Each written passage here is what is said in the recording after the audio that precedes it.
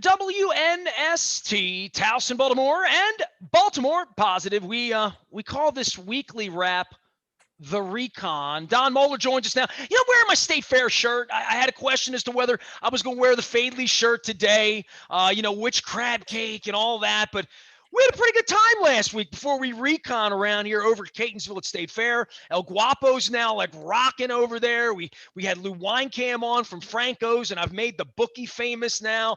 Don, it's the best time of the year. The fruits, the vegetables, the crab cakes, it's all coming together right now, right? Oh, my goodness. I'll tell you, we stopped at a little stand up here in the middle of Catonsville yesterday, got some cantaloupe, got some tomatoes, and got some sweet corn. The corn, for as early as it is, it was like eating sugar. So you're right.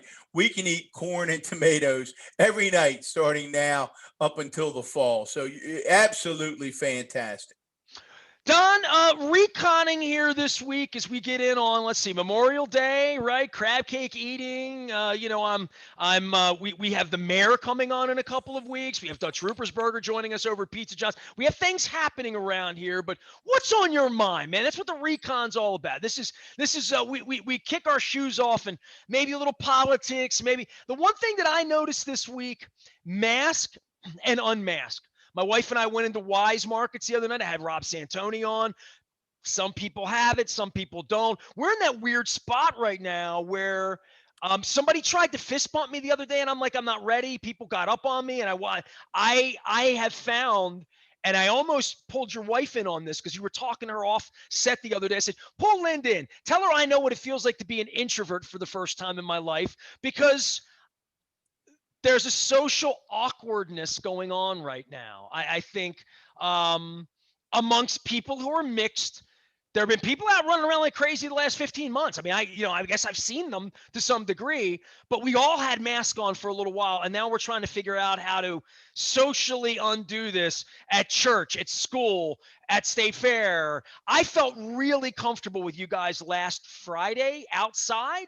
And then I went inside to Brian Recker's place. I was at the Rec Theater, and I got really uncomfortable inside. And that's weird for me. I'm 52, and I've not felt that since maybe my wife was sick. Yeah, I think we are in a really strange place, Nestor. It's fascinating. I saw, and this wasn't part of what I had planned to talk about, but I think it's a good point that you bring up.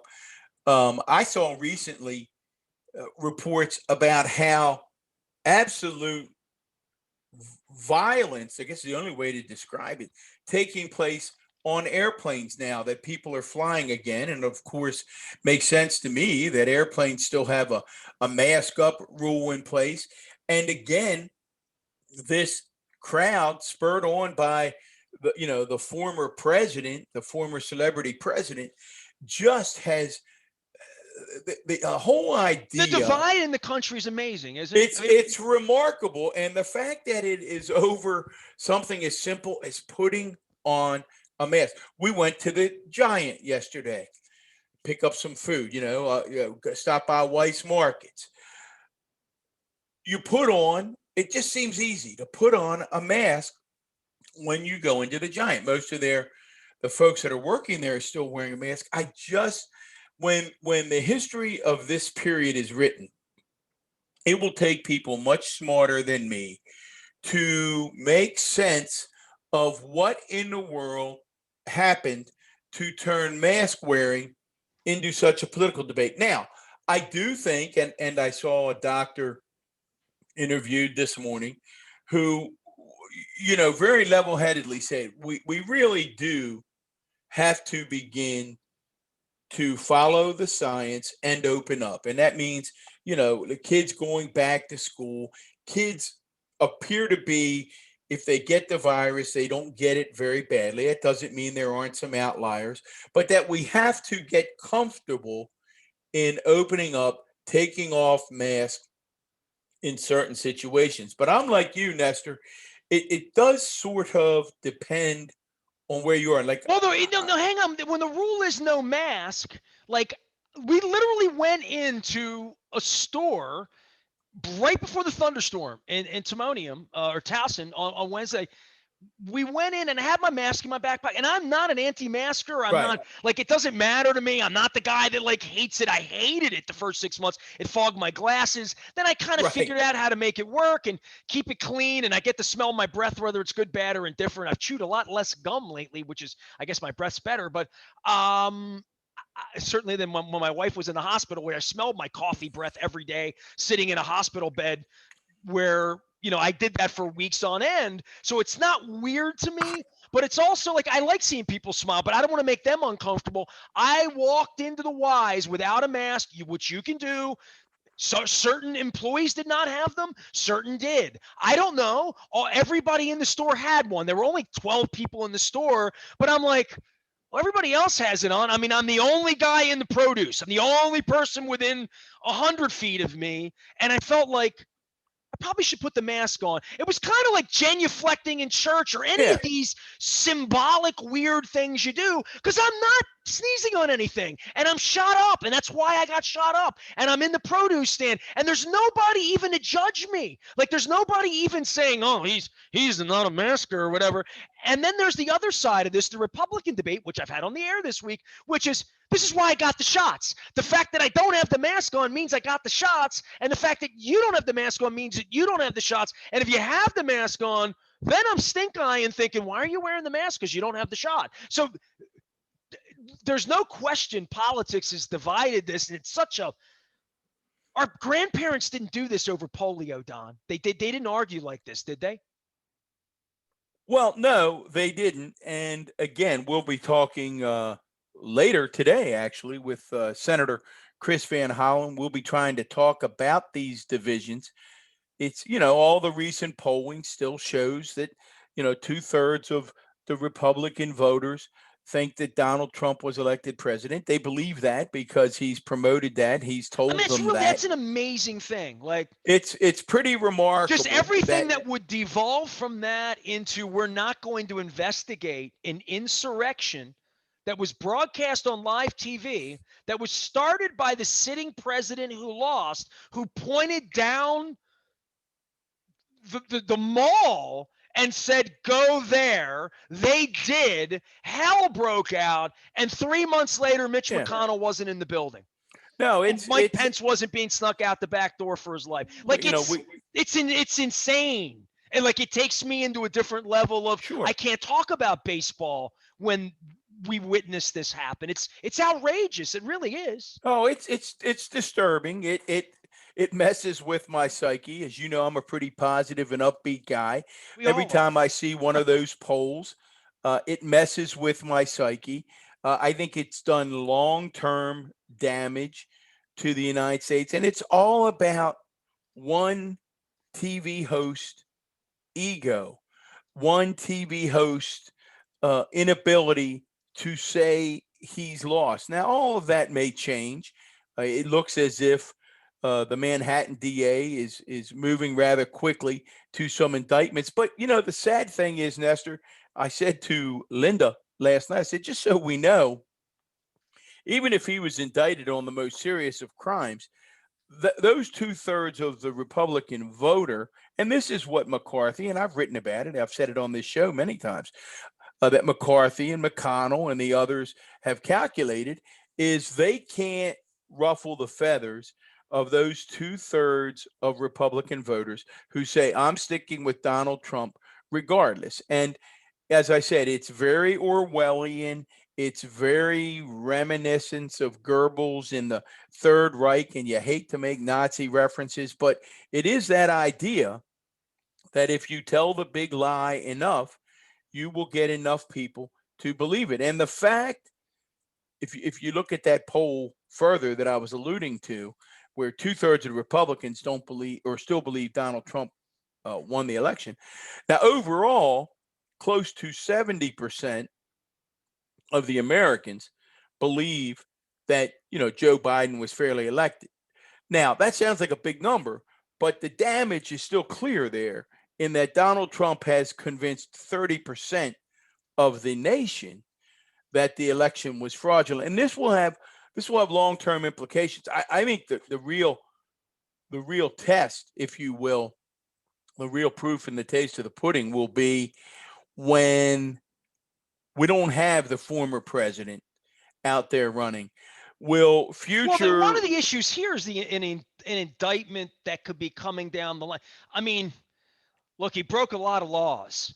People ask me why I'm pissed off. It's because I'm a law-abiding citizen and I saw the law flaunted. I saw taxes being evaded. I saw porn stars. I mean, I watched his demeanor for 4 years. I saw the kowtowing to Putin. I saw the handshakes to go over to North Korea. I saw all of these noxious, awful things.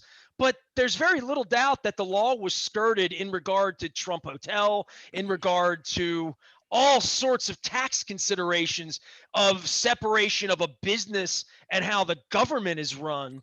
And the fact that the New York Attorney General's involved in this, I mean, well, in the what tax case, happens when he is a criminal and what happens with his following I when don't he's a think. criminal? That's a Okay, very difficult.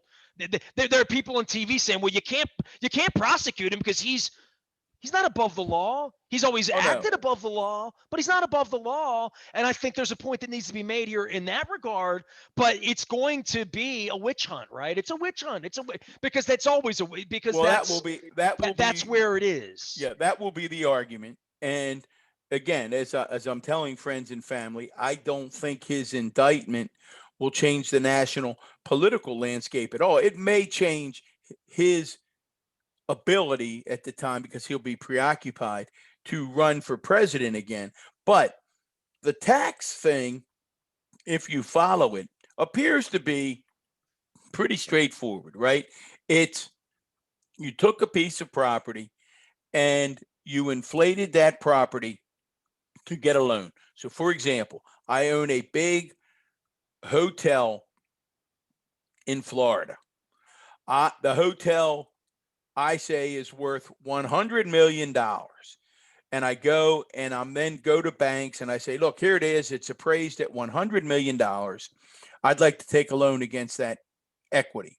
I then go on my taxes and say that that property is worth $30 million, for example, so that I pay less tax. I mean, the tax issue, at least the one that I sense that they're zeroing in on, is pretty straightforward. The American public will be able to get it. Now, I thought it was interesting in that, What again, percentage of the American public do you speak of?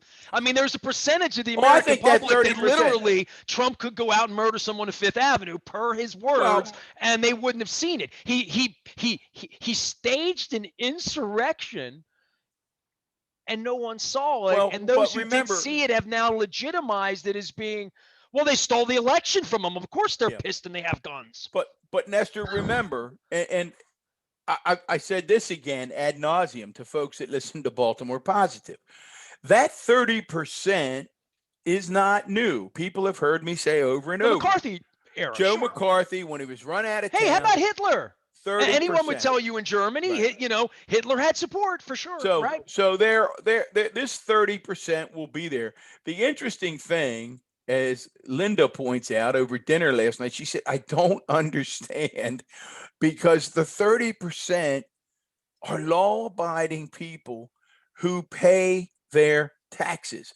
I don't understand why they would not be outraged that some rich person would be trying to get around and cheat on his taxes in a way that they It's can't a do. Stockholm That's his syndrome, magic right? I sauce. mean, it's like when I hear about Jeff Bezos, it makes me like look at my wife when she's ordering stuff from Amazon and say, I mean, like, and I know they're a trade point and they're employing people. So yeah, but at some point, like, I see bridges falling. I mean, we have potholes all through the city, and and I see people not paying their taxes, right? So I wonder who's running the country. And then I get to know people like you, and I get to walk around Annapolis and run into lobbyists and all these people that are sent down there to keep the world this way. And, that's unfortunate, but that's the reality of the more I know how the sausage is made. To move to another topic that's interesting to me as I wear a State Fair shirt and fade these crab meat this week. You aware of this? Of what's going on with crab meat and crab prices right now, and what's happened to the bay with the? This is a real local issue, and it's a political. It all goes back to politics, right? Like who's got the hot potato and who wants to handle it, and who's going to be holding something that's going to be unpopular, right? Like $60 a pound of crab meat's really unpopular right now. Yeah, we're coming up on Memorial Day, and there's going to be an issue of a crab shortage. Crab prices. Yeah, I saw. Yeah, I didn't see 60 yesterday, but I did No, but I see. talked to the scientists, Right. people you and I know well, like Marty Gary, offline, and like this is a serious issue. Like there are not enough juveniles. I mean, like all the Right. science that can be taught about it. This is they've told me that I'm gonna have trouble getting crab cakes in August. Like they're not they're not trying to scare me. This isn't the media No, or no. some I read in the these are like scientists talking to me about this. Sure. I mean, it's the issue. I mean, it's the issue that we've had for years. Dan Rodricks, our buddy Dan Rodricks, has written about it many times in terms of what kinds of limitations should you put on our ability to catch the Maryland blue crab. Again, you get into complex issues because for many watermen, it's their livelihood. For those crab pickers that you're going to go down and spend a day, it's their livelihood. For our friends at Fadley's, the ability to get Maryland crab meat, it's their livelihood. They call So, Fadley's and say, "I want a crab cake," and they say, "We don't have any," or they're $34. They're like right. literally, that's where we're getting for anyone whose business is a crab cake, right? Like State Fair's business isn't a crab cake. They have a great crab cake. We go there. But for businesses where it's a crab cake or a crab, this is, these next 90 days, maybe I picked a really good time, is what I've said. You know what I Oh, mean? Like, but it was explained to me that the Venezuelan crab meat was coming in last year and the Asian crab meat was coming in last year at $9 a pound. It's 55 right now. there you go. So, I mean, and again, it's environmental, it's sustainability, all those issues. Make sure It's Crab Tour. COVID. COVID is keeping. Here's it. There's some places in town that, dare I say, use Asian crab meat. Lots of them, to be honest. Most of the crab cake you've put in your mouth has come from Asia. You just don't know it, but that's a fact, right? And anyone would tell you that. But COVID is keeping the Asian and the Venezuelan meat out of the. So that is as big a problem as what we have going. It's a double problem, right? It's a problem where COVID has kept the imported stuff away, and domestically the issues in the bay. And Don, when it's explained to me, and this is a real great plug for the crab cake tour, which I'm going to be doing in August, and the education part of this, when it's explained to me, and I know people and you ran things, it's a scientific miracle, right? Like how these crabs go out, harvest, roll back in, they go through 4 life cycles and this and that, and the sand brings them in and the water brings them into the waterway, and they find the right salination and temp. Like they're little miracles that we put on the plate over at Costas, right? Like not little, they're big. They're miracles that they get to that size because of how things have to work to have crabs, right? So when we're all out in a crab cake this week or this month or this summer, hopefully, it's as Mr. Bill said last week to us, right? You have to hunt crab. You don't grow them. You have to hunt them. Oh no, no, it's something we always have. I mean, the Chesapeake Bay is obviously a national treasure. It's probably the thing that in Maryland we're the most proud of. And we have to make sure that the bay is safe. It's safe for oysters, it's safe for crabs, and it's safe to be part of our quality of life, whether it's boating, fishing, the watermen. So it's a great topic. And again, timely because as we come up on Memorial Day, as we said, the dozen crabs is likely to cost you $120. Crab meat's going to be up in that $50 or $60 range. So we're in rarefied air, and we have to figure it out. And it's what makes you talking about the crab cake tour so important. Nestor, the other thing is it happened again, unfortunately, in a very negative way. We were ready to come on and do the recon, and we've got our little list, and we keep track of what happens in the week. And we wake up yesterday and we're having breakfast, and all of a sudden, breaking news across every one of the cable channels. We have another mass shooting.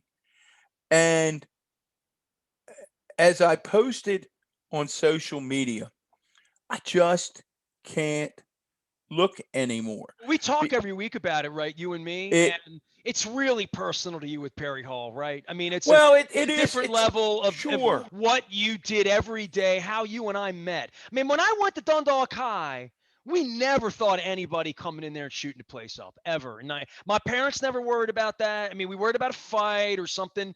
There were definitely some kids on the wrong side of where we were, and they wound their way into your office down on Delville Avenue back in the early '80s. But Dom, man, you were my guidance counselor. You're my friend. We've had this life together and all of this. I can't imagine you spent your whole. I mean, if sports radio guys were getting shot up, right? I would have a different vibe about that. This is education in classrooms and everything.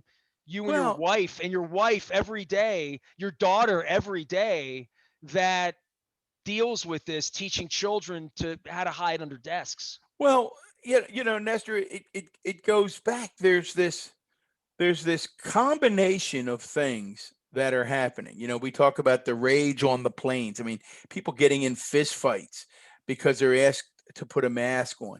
The gentleman that yesterday walks into the Metropolitan Transit maintenance facility in San Jose and shoots and kills 8 people and then kills himself. I mean, obviously it turns out he has a history of anger issues, at least in terms of Well, this really early speaks to reports. your sister, right? And Patty, we had Patty All on the mental often. health work I that had I had Victor Brick on last week talking about this amazing event he was involved with, Deepak Chopra. I mean, this country needs some healing, man. I mean, everything we talked about in the well, first 15 minutes is division, right? I don't it know where needs people are going to find peace and love and good, like that on the other end of this pandemic. That's at the root of this, and the guns too, right? And the access to guns, well, but the let's access to people to guns who have problems. And man, we all got problems, right? We all got a lot of problems right well, now. that's why I reject, and I'll share some of the numbers here momentarily, but that's why I reject the the whole, oh, it's a mental health issue. No, dummies, it's a mental health and it's a gun issue. We can multitask. Of course, it's a mental health issue, but every other country on the face of the earth has mental health issues. They all do. None of them have the kinds of gun violence that we do. I just looked at an NPR study this morning, and just in 2021 so far, mass shootings are defined as those where four or more people, not counting the shooter, perish. We've had 194 mass shootings in the United States of America this year. We have 390 million guns in the United States of America. We only have 330 million citizens. We have 120.5 guns for every 100 citizens in the United States. Now, that we can nibble around the edges. Put on top And of that how many bullets we have. well, the bullets, the magazines that can shoot multiple rounds. But I mean, there is some encouraging news, but I don't want to make too much of it because I think it's encouraging a bit, and that is that 22% of the Americans, only 22%, own a gun. That number in 1978, Nestor, was 51%. So we've by more than half cut the number of Americans that own a gun. 40% of American households have a gun. But then you flip it. We have 4% of the world's population, and we have 40%, or actually 46% of the world's guns. 4% of the population, I'm 46% sort of of the amazed world's guns. over a couple of years ago on my Facebook page, when the Trump thing's really burning along. I had a client. I had a business in Baltimore with a couple of locations really screw me. I haven't admitted this on the air. You know this privately, but they screwed me. This screwed me and wrote me a nasty letter. And this is after doing business for a long time. Didn't pay the bill. The whole deal. And when I went on the Facebook page, I saw like the guy who wrote me the letter had a whole bunch of guns like all over his page, like sort of as a backup Right. to whatever he would do to somebody like me. I mean, he didn't put his guns on there to say he was going to shoot me. It's just sort of like the implication that I have guns. And I thought, and I still think this to myself, Don. If I went over to his house and say, paid your bill, is he going to shoot me because he has a gun? Now I'm dead. Okay, great. I'm dead. Great. He's got a gun. What happens to him? What happens when you use that gun in anger, in defense, and whatever? What happens to your life when you use the gun? You think you just get back up the next day and nobody shows up? And I mean, like the minute you use that gun is the day after that, your life's never the same Oh again. no. I mean, you Like, look I at mean, these. even this jackass out in St. Louis that looked like he's in his pajamas, he's running for office now. Good for him. He Yeah. sounded like a real good guy the first day we heard about him. But what happens when you actually do all of this bang, bang, bang, bang, bang, and you put your pictures up and you're out at the range with your kids, and then like you actually shoot somebody. You actually like break it out and Well, use it the way you've been trained to do. You just think you go back to work the next day? Like your life's over. oh Your yeah, life's no, over. no doubt about it. And we've had. I mean, again, every week there's something horrific. We have, the road rage every week. There are new examples of road rage. A young child was shot Oh my in the God, that sitting in the story was back just seat of the car because of road rage. And then in the midst of all of this, we have Texas that just passed a law that says you can buy a gun with no registration, no training, no registry at all. Anyone, literally any knucklehead, can walk in to any gun store and buy as many guns as they want in Texas. So we are in a very, very scary place. And my point is, and we will be talking about this with Senator Van Hollen, who's been a strong proponent of strong gun safety legislation. I don't think it's going to change anytime soon. Republicans are doing their best all across the country in state legislatures to align them with the beliefs of the former celebrity president. And they're well, doing this so. woman in They're doing Colorado sitting so. with machine Yeah. guns behind her. She looks like Yeah. something we fought against in Yeah. 2001, Yeah. broadcasting from caves with Yeah. machine guns behind them. Yeah. Lauren Boebert.